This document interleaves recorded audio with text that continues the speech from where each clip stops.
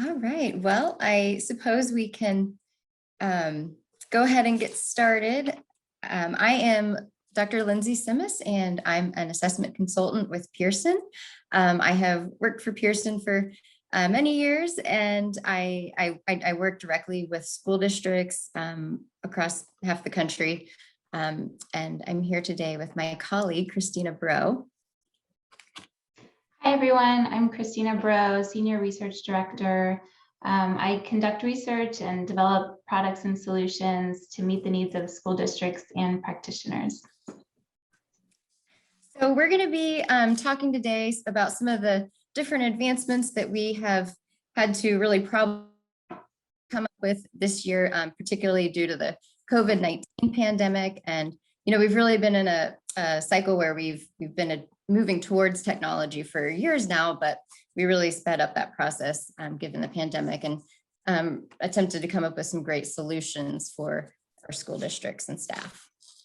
So, just kind of starting off, there's some students who have been struggling a lot in the COVID-19 pandemic, and others who are actually doing pretty well and thriving. But those who are struggling, it's really, we've seen, some problems with anxiety, depression. Some of the children and adolescents are really struggling being separated from their friends and some of the support systems at school. There's some challenges with access to services that they need. Some of the tests have been delayed. There's some other supports that they haven't been able to access. But given the pandemic, everyone's really had to learn to adapt to new procedures, restrictions. We've had to all find new ways of living and learning. And, as we wrap up this school year, we're really going to have to start thinking about next year and what we're going to do to arm ourselves to be successful. I agree, Lindsay, and that's why we want to offer education teams the best resources we can to help them prepare for school in the fall. And as you said, there will be some students who are struggling, but if we know where they stand early on academically, and if we understand any mental health issues, such as anxiety or depression, that are contributing to their learning challenges, then plans can be written, interventions introduced, and outcomes improved as early in the year as possible. But we also know that assessing and evaluating students takes valuable time. And that's one of the reasons we're utilizing technology to improve the testing experience. Yeah, and I'm going to go ahead, Christina, and actually share my screen. I've just got some slides that I think, everyone would like to see.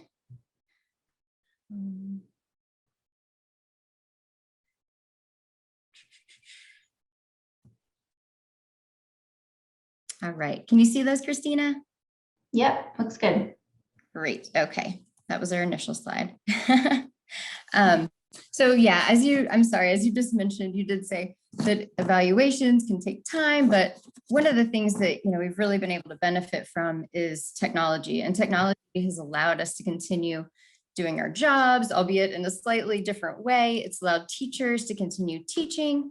It's allowed conferences like this one to go on. It's also facilitated remote testing, and that's something that we've really been focused on is telepractice, technology, and digital testing.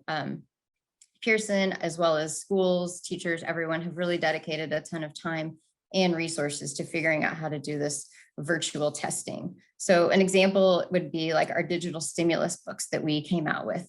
These have allowed teachers, school psychologists, speech language pathologists, and other professionals to continue testing remotely. We've had it for a while, but it's been especially useful this year, the automated scoring of assessments. That automated scoring, it cuts down the time spent hand scoring drastically. Our research shows us that automated scoring saves about 35% of time. So that's huge when you think about the extra time that this enables for staff to be able to dedicate their time to more important tasks like serving more students, providing other services, ensuring better student outcomes. And not to mention when you're using hand scoring, it really cuts down on that human error, which can be, detrimental when you're thinking about a child receiving special education services or not. From a testing perspective, Christina, can you talk a little bit more about some of the advances in technology that Pearson has come up with this year to really streamline and reduce that testing time for digital assessment? Yeah, absolutely. In the area of interim school assessments, we have a test called Transcend that is customizable and computer adaptive.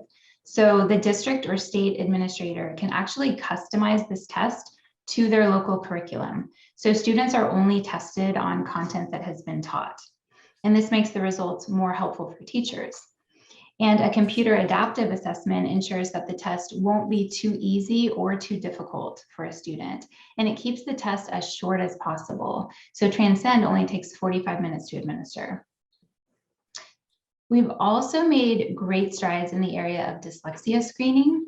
So we have an evidence-based screening test for kindergarten through grade 3 that teachers complete in just a few minutes per student.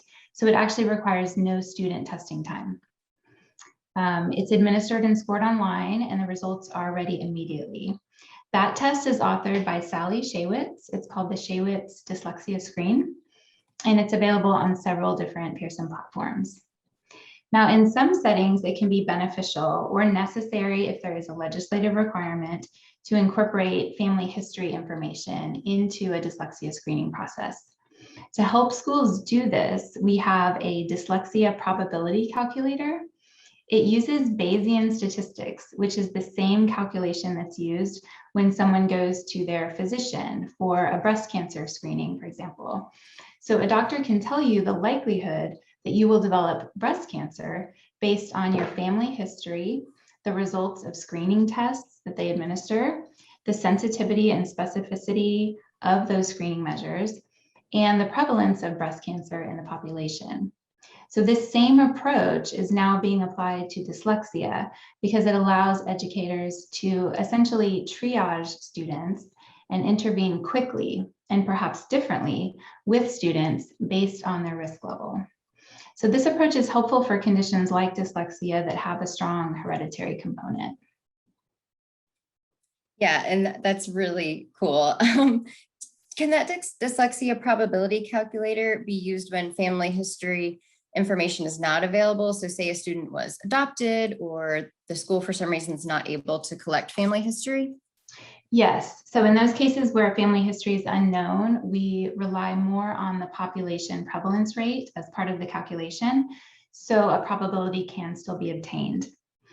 So this tool is included as part of AimsWeb Plus, which is a web-based system that we have for benchmark assessment, progress monitoring, and data management.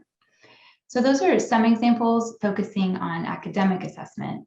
But as you know, Lindsay, there is also a pressing need to identify behavioral and mental health concerns. Yeah, absolutely. And, you know, there are many screeners out there, as you mentioned, that can quickly identify academic concerns as well as social, emotional, and mental health issues. For example, there's behavior-based assessments like the BASC-3. A lot of people are familiar with that. The inventories, they measure things like depression, anxiety, anger. And those, you know, just quickly identify underlying mental health conditions from the parent, the student, or the teacher's perspective. There's also tools like the social emotional learning tools, the SSIS, SEL, that's directly aligned with CASEL. It has both a screening, assessment, and a curriculum that are aligned with, again, CASEL and social emotional learning. In my experience, by far the most popular and comprehensive evaluation tool is what we call the digital assessment library. This is something staff really love and they've really been able to utilize this year, especially during the pandemic. It's a broad library of tools and it includes 40 of Pearson's most commonly used digital assessment instruments. It includes manuals for everyone, stimulus books, scoring for over 40 tests. So that means that school psychologists, school social workers, speech language pathologists, OTs, PCs have a really extensive library of tools from which they can choose based on a referral question. You know, by having access to this wide range of tools, These clinicians can really dig into the cases. They can conduct a thorough differential diagnosis to help determine if poor academic performance is being impacted by gaps in academic skills, or maybe a learning disability or an underlying health concern. And, of course, coming off a pandemic, this is really critical information to be able to determine. Absolutely. And just to underscore that point, research has shown that mental health is a significant predictor of academic performance. So when a student is having behavioral or academic difficulties in the classroom, we need to consider the possibility of mental health concerns as a contributing factor. And some of the social emotional assessments that you just mentioned can be administered in as little as 5 minutes. So I'm thinking about the Beck Youth Inventories and the BASC screening system. And then we have in-depth measures like administering a full BASC-3 that provide more detailed information with interventions. Having that information when interpreting results from an achievement measure like the Wyatt-4 really helps put the student's academic performance in a larger context. Yeah, and you mentioned that new Wyatt-4. There's some really awesome features to help identify learning disabilities. As a school psychologist and a clinical psychologist, I can tell you some of those. One of the favorite things is the essay scoring, which is scored automatically. People used to have to spend a lot of time figuring out that essay scoring, but we're really fortunate that the Wyatt-4 was developed in both paper format as well as digitally through Q Interactive. So Q Interactive is our iPad-based assessment. And this technology has just allowed people to save so much time as well as paper. And the digital assessment through the iPads also allows for a safer way because of social distancing. And I have to say, in my experience, the children really prefer working on iPads over paper and pencil. And speaking of iPad administration, one of the things we haven't talked about is how current safety protocols like mask wearing and social distancing can complicate evaluations. So for example, wearing a face mask can make speech difficult to hear or understand. Vision can be impaired for individuals whose glasses fog up when wearing a mask. And we don't have empirical evidence to determine the impact of PPE, personal protective equipment, on test results. But we do have a guidance document on our clinical assessment website to help practitioners make decisions about how to use PPE during assessments. In a study that I co-authored, which is also published on our website, we conducted a survey of practitioners who tested during May through August of 2020. And we asked them questions about the testing conditions during this time. We got over 800 responses from various psychologists, clinical, neuro, and school psychs, speech language pathologists, educational diagnosticians, and others from all over the country. And the vast majority, over 90% of practitioners, conducted assessments during this time with both the examiner and the examinee wearing a face mask. Use of a physical barrier like a plexiglass shield between examiner and examinee was reported by over half of respondents, and about half said they wore a face shield. Just under 40% of respondents believed that using PPE had some or significant impact on their test results, which is understandable given some of the concerns that I just mentioned. So we wanted to evaluate the impact of school disruption, virtual learning, widespread use of PPE and remote assessment. And so we compared the scores of clinical tests that were administered using Q Interactive. That's our one-on-one iPad-based testing system during the same months of 2019 and 2020. We had scores from the WISC, our most popular cognitive ability test, and scores from the Wyatt-3 and KTEA-3, which are two of our most widely used academic achievement tests. And now far fewer assessments were administered in 2020 compared to previous years. And we expected to find some differences in those 2020 test scores, especially given that 40% of practitioners thought PPE impacted their test results. But what we found was a bit surprising. The scores and the score distributions were actually highly consistent across those time periods, 2019 and 2020. Now, this study was not without its limitations.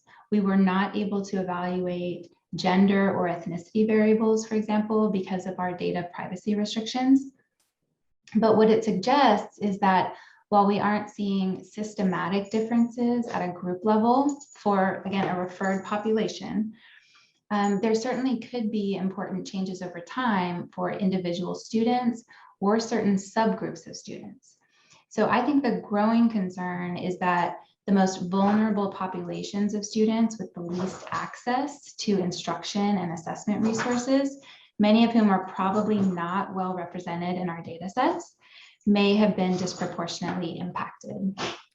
Yeah, it's really interesting information. And, I know that there are a lot of organizations and practitioners who have questioned whether the norms of the clinical assessment are still applicable for testing children under these really atypical conditions. But it sounds like your results do suggest that there are not actually systematic differences in performance that would affect the validity of the norms. That's right. We are expanding the study now to include more data as it becomes available, but the evidence that we have so far suggests that the normative data for clinical assessments continue to provide a valid and appropriate reference point for score interpretation. But that doesn't mean score interpretation is straightforward. So we do offer a guidance document, again, on our website to help practitioners interpret grade-based and age-based norms for academic achievement tests, especially for those students who have experienced a significant educational disruption. Yeah, and digital administration certainly does support many of the safety protocols that you mentioned. There's some other great options too, like being able to email rating scales to parents and teachers. That, of course, allows everyone to maintain social distance and stay home. Assessing through the iPads, like I mentioned, allows the materials to be sanitized easily if you are doing face-to-face administration. Since the iPads communicate to each other at a distance of 6 feet or more, social distancing also is not a problem. And I found that many clinicians in both schools as well as private practice are using iPads to conduct testing, and they are using that plexiglass screen as well. That's right. Many of the questions that we've received over the last year as test publishers have been around acceptability of doing evaluations remotely. So the COVID-19 pandemic led to this rapid evolution of the telepractice landscape. Direct to home assessments became more common, and access to teleconferencing software improved in the general population during these stay-at-home orders. Pearson published a letter of no objection to allow qualified professionals to use and display our copyrighted materials for remote assessment. And we provided digital stimulus books and manuals for customers.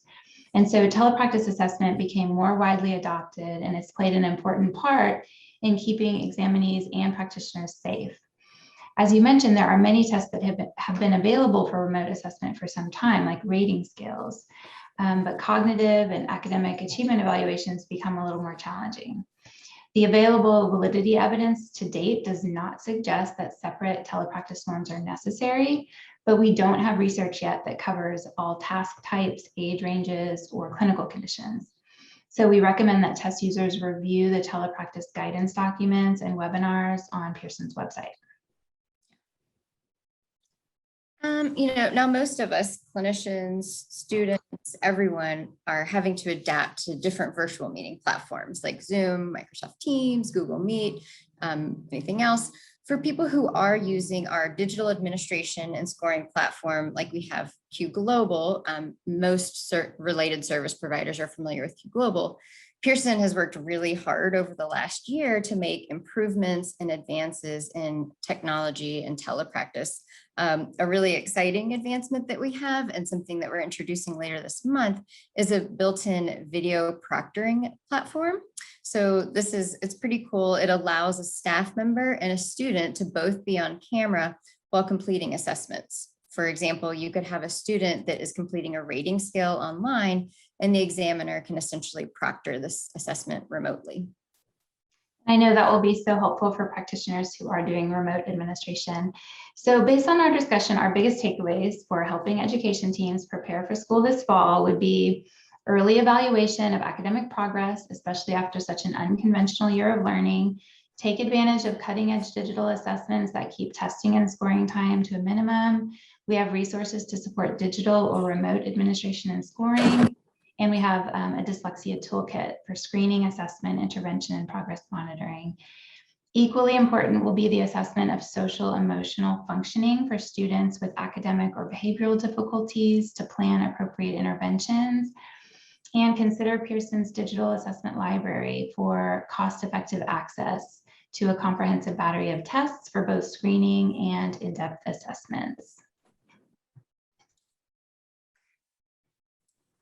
So it looks like we are running out of time, but I just want to, I'd like to add in that I've spoken to many clinicians who are really grateful about that digital assessment library that we've been talking about. They love the huge library with the variety of tools from which you can choose.